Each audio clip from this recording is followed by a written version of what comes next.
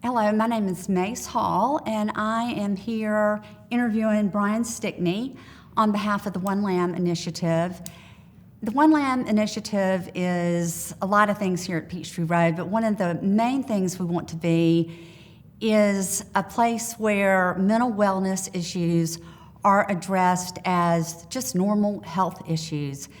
Mental health is just like our physical health. Some people get colds, some people get the flu, some people get a little bit anxious, and some people need to go see a professional because the anxiety is changing their life.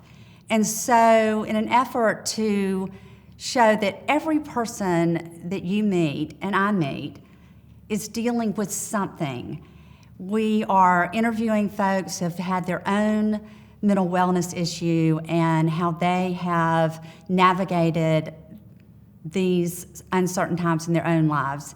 And Bryan comes to us today. He had a struggle with addiction and is now a practicing therapist here in Buckhead, and he specializes in anxiety, mood disorders, as well as addiction. So Bryan, we're so excited to have you here today. And as we get started, if you could just let folks know what you'd like for them to know about you, something about your background so that they can kind of get the context for your being here at Peachtree Road. Sure. So, born and raised in Atlanta, grew up playing sports, Buckhead baseball, all that good stuff in the community, and had a great childhood, certainly everything I needed. So as I got into high school, I went to a local private high school, and that's kind of where some social challenges started to come into play. I was introduced to some substances, but at that time it seemed relatively normal. Most of my friends were doing the same things I was. And it wasn't until I graduated from Lovett and moved on to college at University of Alabama with some newfound freedom came some newfound habits, and not all of those were healthy. And to make a long story short, relationships were strained. I was internally struggling with self-worth, self-image. After probably 5 years of struggling, I finally decided to make a choice to change my life and recognize that the way I was living was not sustainable or helpful. And so I went to treatment, and I worked very hard on myself, and my family worked really hard with me, which has been instrumental in this process. So while I was in treatment, I actually took the GRE to get into grad school, and so I then started my master's in social work and graduated with my master's in social work and started this journey as a therapist. And it has been rewarding and fulfilling and gratifying in every sense of the word. And the fact that I'm able to help people navigate some of the things that I was able to experience in my life is powerful to me. So you said you started using alcohol, I assume. Yep. When you were in high school or middle school? Early high school. Early high school. Yep. So about Probably 14, 15. 14, 15. Yep. And so did you do the traditional steal a little bit from your parents? Oh, yeah. So it was, taking stuff from the liquor cabinet, pouring water back into the vodka, and, hoping that they wouldn't notice. But, that's kind of what it looked like. Those drinks got weaker and weaker for them. They sure did. So, and were you like with peers when you started doing this, or was it influenced by some older students? It was mostly peers at this point. We'd just be hanging out on the weekends, and people would have alcohol around, and we would just partake and maybe be in a basement somewhere. When we were young, that's kind of what it looked like. And, for all the parents out there, and, I've got three one's not a teenager anymore, but I've got teenagers, and did you ever get caught? Did you ever get in trouble? Was it a issue in your household? You know what? Early on, I was able to steer clear of consequences and somehow kept it together. And I don't know if it was my parents didn't want to think that I was doing what I was doing because I would imagine there were some signs, because it started out just with alcohol and then, turned into other things as well, mainly THC use. And so, somehow I was able to steer clear of consequences until senior year. Things started to, happen.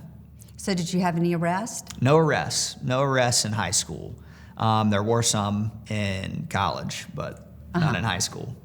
So, in your family, there's all these, I've read them on every side of the coin, opinions and studies on how a family introduces alcohol to a child. And I'm sure now that it's legal in so many states, there's the same debate out there about introduction of substances to a child. Yep. So in your household, how was that introduced?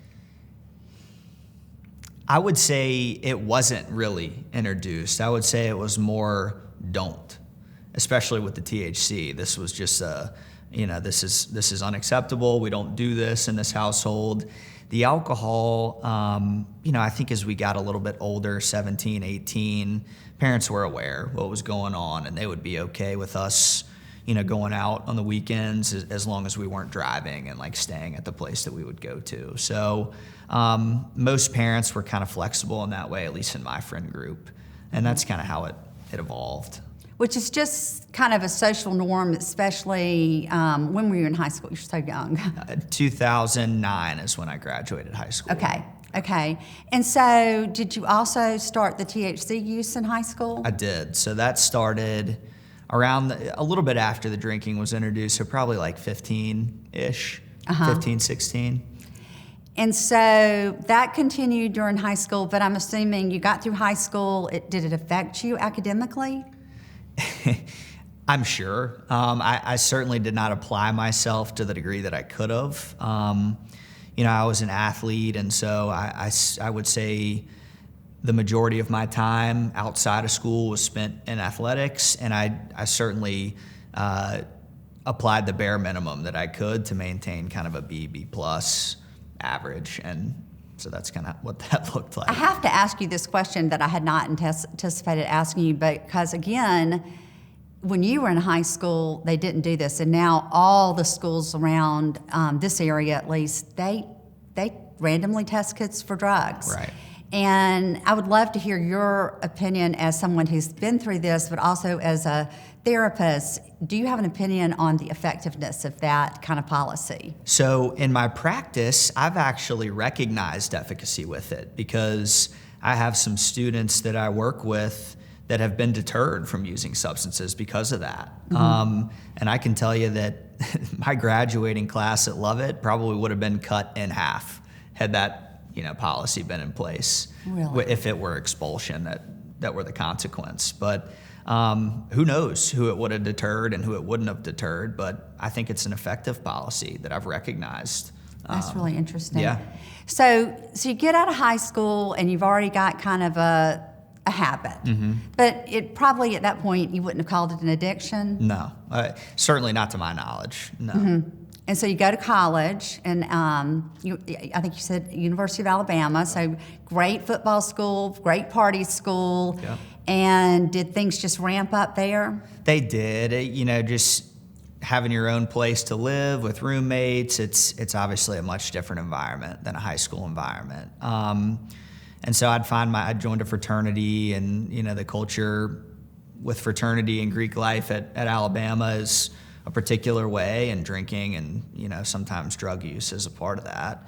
And so I found myself going out 4 or 5 times a week, and not really having to face any consequences to coming home overly intoxicated or any reprimand from parents or anything like that. So it's kind of just what I did. And you said you had some arrests in college, which I think is pretty commonplace, that kids, that campus police and all are much more on top of kids with minors in possession and that type of thing. Did that interfere at all with your getting through college? It didn't interfere with my getting through college, but it did influence my behavior for a period of time. So I got a public intoxication charge my freshman year. I don't even remember it, is how bad it was. And so the result of that was, a probationary period of, I think it was like 6 months or so, where I was getting drug tested, having to show up and, just do stuff with the system in Tuscaloosa. So that period of time, I was not using any substances, but was still drinking. Uh-huh. And so you got through Alabama, and at that point, would you say it had become an addiction or still a habit? So the flip switched when I was in Tuscaloosa. So maybe freshman and sophomore year, eyes of my peers were starting to get opened. And then junior and senior year is when things started to get pretty bad. And some other substances were introduced, and I really liked the way those made me feel. And so my pattern kind of became, each time that maybe not every time I drank, but maybe 60 to 70% of the time I drank, I didn't stop until, I was hitting my pillow. And a lot of times I would not remember hitting my pillow. Mm-hmm. And so what that facilitated is waking up the next day, hearing stories from peers about all the things that had happened last night, and embarrassment, shame, anxiety, reputation is, going down the drain, and all of that kind of concurrently happening over a period of, at that point, 2 years or so, was just taking a toll on me. So as a junior, by the time you were a junior in college, there was the peer pressure, there's still the drinking and the partying, but the peer pressure was flipping, where it's like, okay, we're going to have fun, but we're not going to be so that we just don't know what's going on fun. Yes. Of course, like, some people were able to control their using much better and more effectively than I was. But yeah, I mean, if you're behaving like an idiot, that's going to push people away, and that started to become a norm, unfortunately, for me. And so did any of you said your eyes of your peers, did any of your peers urge you or try to talk to you? Yeah, they did. So senior year, after a few incidents of, poor behavior, is when they came and were like, Bryan, you need to take a look at your drinking. It's concerning. And I was in utter denial at that point, and would deflect and throw it back on them, and like, oh, you've never blacked out before, like that kind of stuff. And that was my defense mechanism at that time. So, yeah. So you got out of Alabama, mm-hmm. and you came back to Atlanta? I did. And what'd you do? So I got a job in the insurance industry as an underwriter, and so was working up in Alpharetta for Chubb. And so I had already, kind of to step back a little bit, I actually went through my first treatment experience after senior year. And so I went to a facility in Texas, in Lubbock, Texas, and during that time, I had like a 45-day inpatient stay, and then I lived in a sober living facility for 3 months after I discharged from that facility, because I was supposed to graduate in the summer of 2013, but obviously that didn't happen. I was in treatment. And so I stayed sober for a little while, went back to Alabama in the following, I guess, spring semester, graduated, and then came back to Atlanta. So some stuff happened in between. So when you went back to Alabama, were you able to stay sober? No. So somehow I was able to manipulate my parents into, like, I can drink, but I was getting drug tested randomly. So I was able to stay sober from substances, but I was drinking.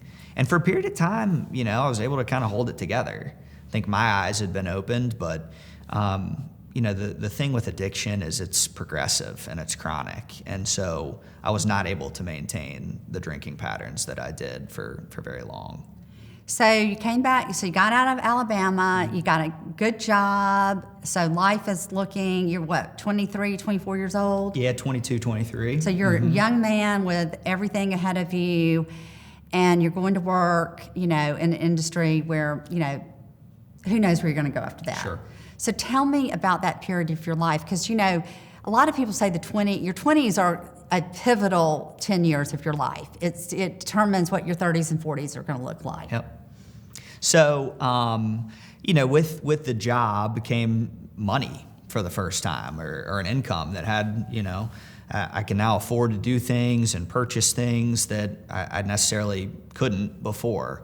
And so, I would say during the week, I might have a few nights of going out and drinking, but the weekends, we would all go to the bars on the weekends and drink pretty heavily and use some other substances. For a period of like 3 or 4 years after college, it was okay. It was okay, but it got to a point where it was not. Uh-huh. And so ultimately at age 26, so I started out drinking, like I said, and then drugs started to slowly inch back into the picture. And then from age like 25 and 26, that's when things really started to get bad again. Let me ask you this, just out of curiosity, like how did somebody know? I mean, you look like a really straight-laced young man. How would somebody know that you'd be open to trying an illegal drug? I don't know that they would. Well, I think you seek it out, so because of my experiences in college and, we had a friend group, we just knew how to get it. Uh-huh. And I wasn't the only one doing it, but I maybe abused it and they might have used it, Right. the substances, so. So let's talk for a minute about the difference between that, because we all know people that in college decide they're going to experiment with this, that, and the other thing. And some people in my life have been like you, and they get out of college and it just it's a train wreck. And then other people get out of college and turn it off. And so with that, like, is addiction in your family? Is there a history of addiction, or are you some outlier in that regard? There is addiction, and there is a genetic component to the disease of addiction. And you kind of hit the nail on the head, Mace, with like when I progress, like when I'm getting 25, 26, and I'm still using these substances in the same way, and my peers are not. They're maybe calling it at 2 a.m. and I'm calling it at 5 a.m. You can see that imbalance. And as people mature, you just start to notice, like, maybe they're not going out as frequently, or they're spending time with a spouse or something like that. And I kind of didn't stop my college behavior, really until I got sober. So, like, at what point you've already been through rehab, Yep. gotten through college, you have your life before you, and then all of a sudden over 25, you're like still behaving like you're 18. Yeah. When was the eureka? Like, I've got to change this. So I was 26 and I had actually switched roles. I was no longer with Chubb. I was now with the Hartford as a surety underwriter. And I was in that position for probably a year. And the way that position was for me, it was a lot of reading to start, because I was familiarizing myself with the industry. There were a few designation tests with the state that I was supposed to take. And so this is when my drinking patterns really took a turn. Drinking on the job, drinking at the lunch hour, coming back, just being a terrible employee. And so was able to kind of hide that from my colleagues somehow. So there was an event that took place. I'd gone out the night before. This was like a Wednesday night. I was on a date. And we'd gone over to Johnny's Hideaway, and it was late at night, and probably went to sleep at like 4:30 or something crazy. Woke up the next morning, still intoxicated, went to work. My boss clearly could tell something was wrong. He's like, "Bryan, something is off here. Why don't you go home and we'll talk about this tomorrow." And there was a lot of other stuff leading into this, but at that point, I walked out of the office and kind of recognized, what am I doing? And it was at that point that I reached out to my dad and called him and said, I need help again. And they had been doing some work in the background, and I'm incredibly grateful that we have the resources in place. And I was on an airplane the next day to a facility. So your parents knew something was going on? Oh yeah, the whole time. They just, what could they do? I'm 26-year-old, I can make my own decisions. And what I would encourage for parents is to become educated around what this can look like, and make sure that there's not anything that's enabling taking place, whether that's financially, whether that's just allowing things to happen that maybe shouldn't be happening in a family system. Boundaries are incredibly important. But yeah, I could talk about that all day. But well, when you say boundaries are incredibly important, what can give specifics? Because to me, parents who are dealing with a child that they think is getting in trouble or making bad decisions, it's like, what specifically would you say to a parent? So, it's contextual, but I would say generally you want to be able to put boundaries in place that will be consequential to the person that's the person of concern, the loved one. So whether that's, hey, if this behavior happens, this is going to be the result. And the hardest part is sticking with those boundaries, because innately, I think parents want to fix and allow their child to experience life as happily and effectively as they can, when sometimes that fixing gives the child the impression that, oh, I can screw up and I'll have a soft landing every time. Mm-hmm. And so when that kind of becomes ingrained, consequences aren't really faced to the degree that they could be. Oh, I tell my kids all the time, the hardest thing to say to you is no. Yeah, I'm sure, yeah. And I know it's the best word to say to them sometimes. Right. So that's kind of what I'm talking about. Like, hey, you're not going to be participating in this event if we continue to see this. Like I said, it's contextual, but something like that. So it sounds like you came to a lot of realizations on your own, but I am wondering if there was a person or an influencer or something, some outside force that really was pivotal in your making these huge changes. So that's an interesting question, because when I am treating folks that experience addiction, you really want to hone in on intrinsic motivation rather than extrinsic motivation.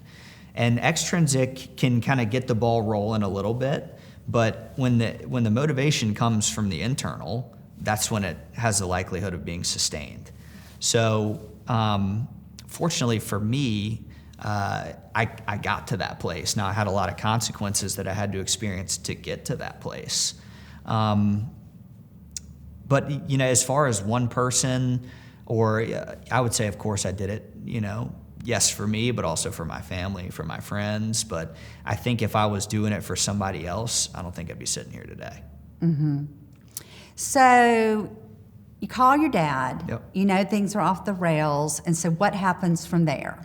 So they had been doing a lot of work in the background and have kind of been preparing for my admission to this facility. It's called Karen Treatment Centers down in Florida. And so I was on an airplane the next day and was admitted to a detox facility in Boca Raton and was there for like 10 days because I was also using some other chemicals that, you need a medical detox to come off of. And so after that, I got to treatment and was there for 90 days. And so interestingly, after that first treatment, I was still going through some withdrawals and was not maybe as emotionally present as I would have liked to be. So I got through it. I was relatively superficially compliant, I like to call it. So I could check boxes and all that stuff. But I didn't follow many of their suggestions for aftercare, so I moved back to Atlanta. I still live in the same townhome that I did back when I was that age, and I didn't have a roommate at that point, and so I isolated, felt ashamed to go spend time with any of my friends who were still drinking and doing all their stuff. And so it eventually reached a point where I was like, you know what, screw it. I'm going back out again. I'm drinking again. And so I had a really bad relapse that lasted like 4 days, where I actually went over to a country club that my parents are members of, made a fool of myself, and don't remember anything. My dad called me the next morning crying and was like, Bryan, what the hell did you do? And I didn't know what to tell him because I didn't know what had happened.